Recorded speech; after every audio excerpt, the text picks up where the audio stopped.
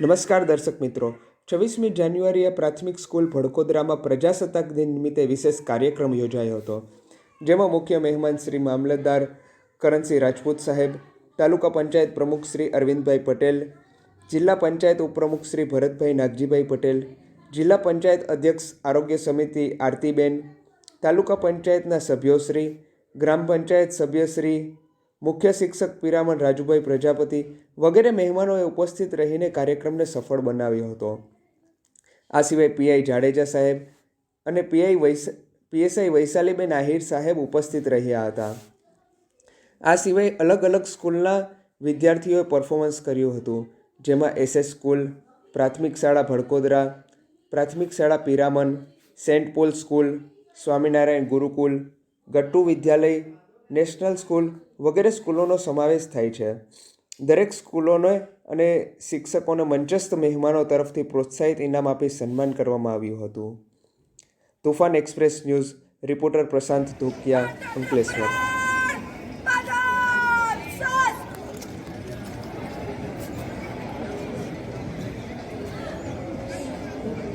શુભેચ્છા પાઠવું છું.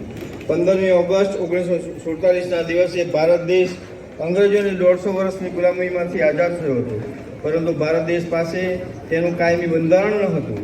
15મી ઓગસ્ટ 1947ના રોજ ભારતની આઝાદી બાદ 9મી ડિસેમ્બર 1947ના રોજ સંવિધાન સભાની જાહેરાત કરવામાં આવી હતી.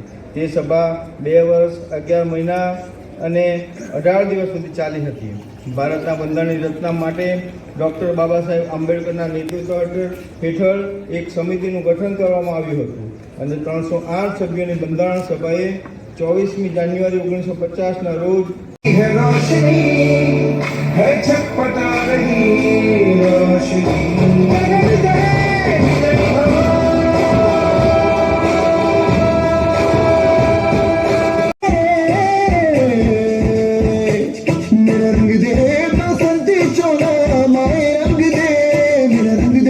बसंती चोला माए रंग दे मेरा रंग दे बसंती चोला रंग दे रंग दे रंग दे बस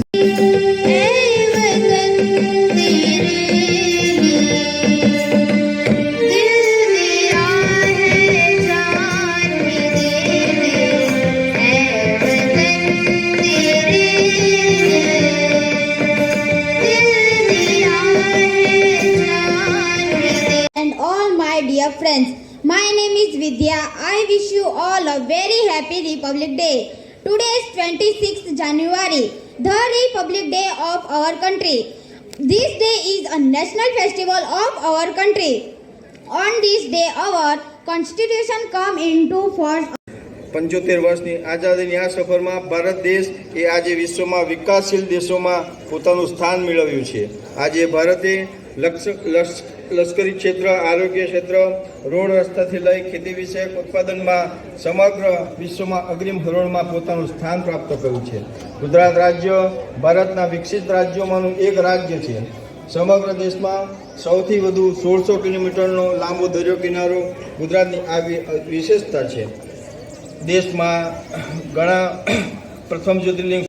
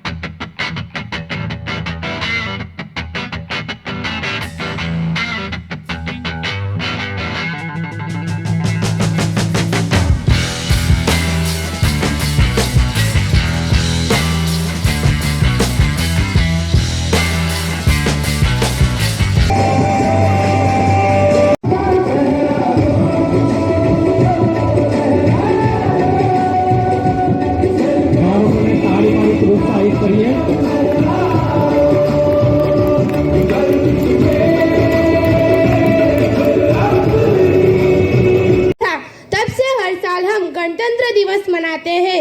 हमारे देश का संविधान विश्व का सबसे बड़ा लिखित संविधान है। डॉक्टर भीमराव अंबेडकर जी को हमारे संविधान का जनक माना जाता है। हमारे देश को स्वतंत्र और गणतंत्र बनाने के लिए अनेक स्वतंत्र सेनानियों ने अपने जीवन का बलिदान दिया है। देश उनके समर्पण को कभी नहीं भूल सकता।